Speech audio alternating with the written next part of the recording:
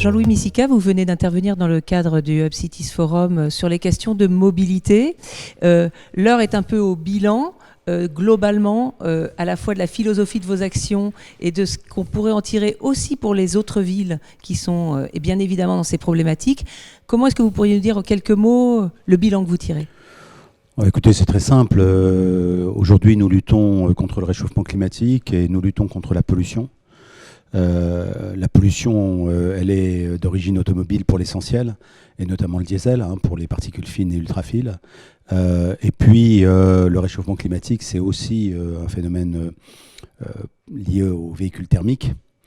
Donc, une des premières choses qu'a fait Anne Hidalgo, que nous avons fait collectivement, ça a été de diminuer la place de la voiture à Paris et faire en sorte que les mobilités actives, les mobilités douces, comme le vélo notamment, aient toute leur place. De ce point de vue-là, Paris était relativement en retard par rapport à des villes comme Copenhague ou Amsterdam.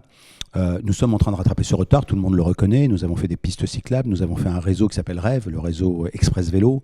Et puis nous avons piétonnisé des lieux aussi symboliques que les voies sur Berge, la voie Georges Pompidou. On a fermé la dernière autoroute urbaine qui traversait Paris.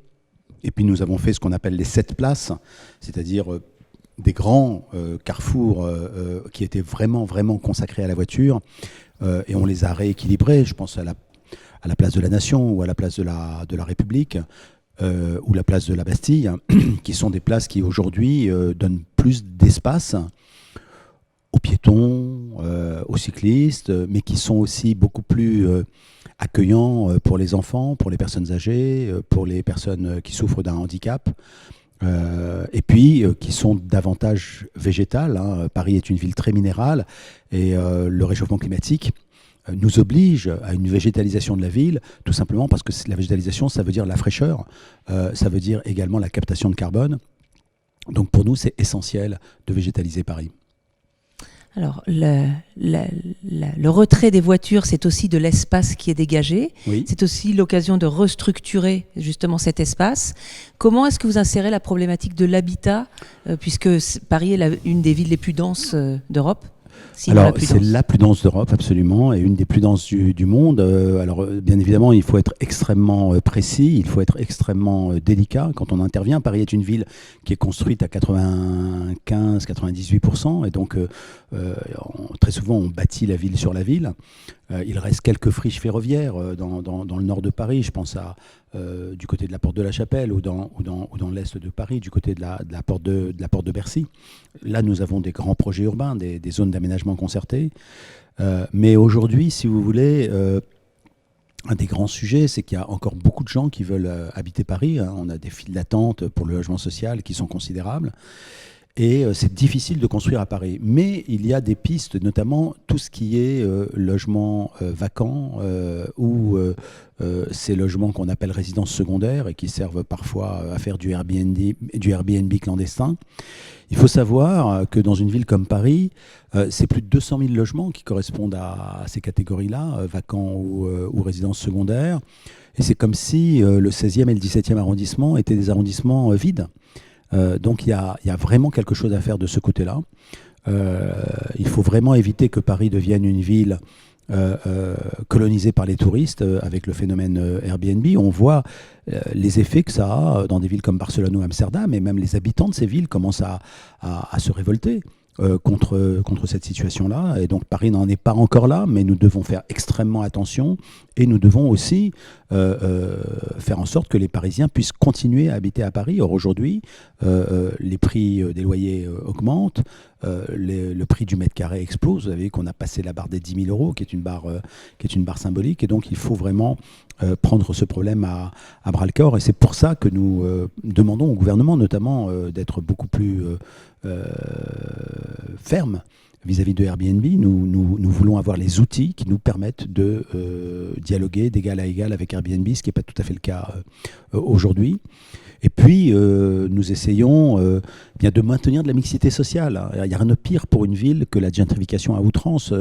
Il y a des quartiers à Londres où les logements sont occupés uniquement 15 jours par an par des gens extrêmement riches. Et ce sont des quartiers morts. Il faut absolument éviter cela aussi dans Paris. Donc, ce ce sujet, celui de la mixité sociale, celui de la lutte contre les logements vacants, celui de la maîtrise de Airbnb, tous ces sujets-là sont des sujets très importants en matière d'urbanisme et d'habitation. Alors effectivement, il s'agit d'être chef de file et structurant dans cette démarche. La data, vous l'avez beaucoup expérimenté et vous l'utilisez au-delà de l'expérimental. Est-ce que vous pouvez tirer quelques enseignements qui seraient inspirants pour d'autres responsables de métropole sur la bonne gouvernance de la data ? Alors je pense qu'il faut faire très très attention à un certain nombre de concepts comme celui de Smart City, qui souvent sont des concepts où on fait croire au maire ou à l'exécutif municipal qui va avoir une espèce de tableau de bord qui va lui permettre de contrôler la ville. Les villes sont toujours imparfaites, les villes sont toujours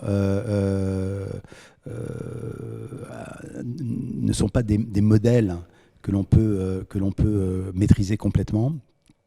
Et c'est pour ça que la data, d'abord, elle doit être respectueuse de la protection de la vie privée, de la RGPD. Il faut qu'elle soit ouverte. C'est pour ça que la ville de Paris a été pionnière en matière d'open data. Aujourd'hui, nous avons vraiment ouvert pratiquement tous nos jeux de données qui sont consultables sur paris.data.fr. Et puis, nous sommes peut-être un peu en avance par rapport à d'autres dans la façon dont nous utilisons la donnée pour gérer la ville et pour améliorer la qualité de la relation entre la ville et les citoyens. Nous avons créé un poste de Chief Data Officer, donc administrateur des données en bon français. Nous avons lancé des marchés de data science. Nous avons identifié des sujets qui nous permettent, par exemple, de traiter des sujets comme où se trouvent les passoires thermiques, parce que c'est beaucoup plus important d'intervenir en matière d'isolation dans les bâtiments qui sont les moins efficaces que un peu à l'aveuglette. Nous avons dématérialisé le permis de construire. Aujourd'hui, quand vous demandez une autorisation de travaux ou un permis de construire à Paris, tout se fait de façon dématérialisée. Ça a l'air de rien, mais ce sont des tonnes de papier qui sont économisés, mais surtout c'est du temps qui est gagné aussi bien pour ceux qui demandent le permis que pour ceux qui accompagnent les pétitionnaires. Et donc, si vous voulez, tout ça, c'est une façon d'utiliser la donnée. On parle parfois de gouvernance par la donnée, gouvernance par la donnée de l'urbanisme, gouvernance par la donnée de la mobilité. Nous savons que la mobilité du futur, ce sera essentiellement une mobilité gouvernée par la donnée. Et donc, il faut vraiment que nous soyons capables de bâtir à l'intérieur des villes, et ça concerne toutes les villes, pas seulement Paris, de bâtir une compétence, un savoir-faire, une expérience qui nous permettent de dialoguer avec des Uber, avec des Google, avec des Citymappers, qui sont certes des gens éminemment sympathiques, mais qui ne nous veulent pas que du bien. Et qui se verraient assez bien se substituer à nous pour gérer la mobilité ou, en ce qui concerne Airbnb, pour gérer le logement à Paris. Et ça, si vous voulez, c'est une atteinte à la démocratie. Parce que ces sociétés ne sont pas composées par des gens qui sont élus. Elles ne défendent pas l'intérêt général. Et je pense que la bataille de la donnée qui est devant nous, c'est une bataille à la fois pour le partage de la donnée, pour l'accès à la donnée, mais également pour que la donnée soit mise au service de l'intérêt général. Alors l'intérêt général, et ça sera ma dernière question, c'est aussi le dialogue de la ville avec les villes environnantes. On a vu, il y a pas mal de réflexions sur le périphérique, avec notamment les travaux de Carlo Ratti sur réaffecter des fonctions et de la végétalisation sur le périphérique, et ça fait pas mal de surface. Comment est-ce que vous voyez l'avenir de cette concertation avec les communes limitrophes et plus globalement avec la périphérie ? Alors d'abord, on est tous embarqués dans le même bateau. La pollution ne s'arrête pas au périphérique. Et si jamais on fait une zone à faible émission, il faut la faire à l'échelle de la métropole, ce qui est déjà engagé. La maire de Paris a lancé un atelier du périphérique où sont invitées toutes les parties prenantes, notamment toutes les communes avoisinantes. On travaille avec l'État, on travaille avec la région. Si vous voulez, le périphérique ne peut pas être traité tout seul. Le périphérique, c'est un immense déversoir de tous les axes majeurs et de toutes les autoroutes qui traversent l'Île-de-France. Vous avez la 6, vous avez la 4, vous avez la 3, la 1, etc. Toutes ces autoroutes doivent être elles-mêmes transformées en boulevards urbains, en tout cas dans la zone dense, c'est-à-dire dans la zone qui va de l'A86 jusqu'à Paris, si nous voulons que le périphérique soit transformé en boulevard urbain. Donc c'est pour ça que c'est vraiment une aventure collective. Il faut créer une gouvernance partagée du périphérique. C'est d'ailleurs ce que nous avons fait, c'est l'embryon de cela que nous avons lancé avec l'atelier du périphérique. Mais il faudrait que cette gouvernance partagée soit un tout petit peu institutionnalisée, c'est-à-dire qu'elle puisse prendre des décisions. Et je pense que c'est un peu vers ça. Nous, on appelle ça la gouvernance des communs urbains. On dit que le périphérique est un commun, on dit que la Seine, le fleuve, est un commun.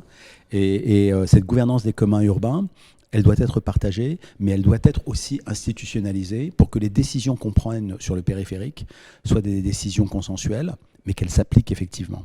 Vous vous êtes fixé 2050 pour avoir un Paris totalement décarboné. Oui. 2050, c'est 5 mandatures. Oui. Est-ce que vous pensez que c'est atteignable ? Comment on peut le faire justement en étant extrêmement volontariste ? Alors, d'abord, nous nous sommes dotés d'un plan climat, et ce plan climat définit des étapes qui nous permettent d'aller vers un Paris entièrement décarboné en 2050. Un Paris entièrement décarboné, c'est un Paris dont toutes les énergies sont des énergies renouvelables et dont 20% des énergies sont des énergies produites localement. Ce qui n'est pas simple, je vous l'accorde, mais c'est faisable. Et par ailleurs, nous avons fixé des étapes. Alors, ça a fait hurler les gens au moment où on l'a dit. Maintenant, ça commence à rentrer quand même dans le sens commun. Je pense à la sortie du diesel en 2024.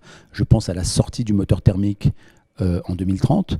Je pense également à ce que j'ai appelé la sortie du béton, même si ça a fait hurler le lobby du béton, mais le béton est un producteur de gaz à effet de serre absolument terrible, notamment à travers le ciment, et que donc il faut vraiment passer du béton aux matériaux biosourcés si nous voulons réussir la mutation en question.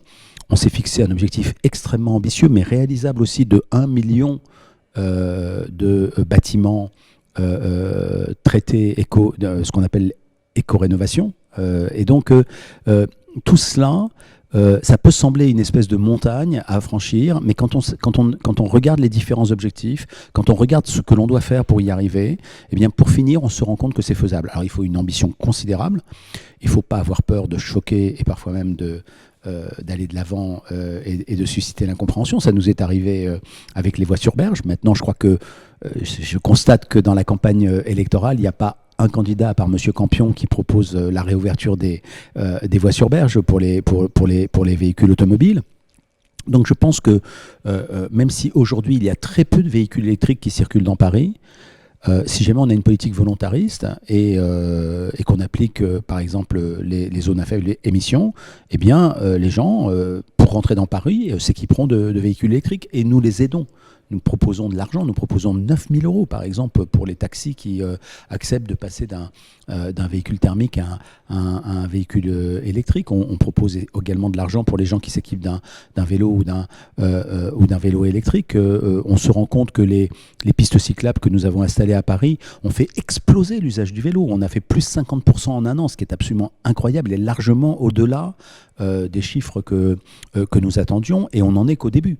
Parce que quand tout le réseau vélo sera installé, quand nous aurons réussi à faire ce réseau vélo métropolitain que nous appelons de nos voeux, eh bien le vélo deviendra un mode de transport peut-être majoritaire, comme c'est le cas à Copenhague ou à Amsterdam. Donc ça a l'air difficile, parfois même impossible, mais c'est faisable. Jean-Louis Messica, merci beaucoup.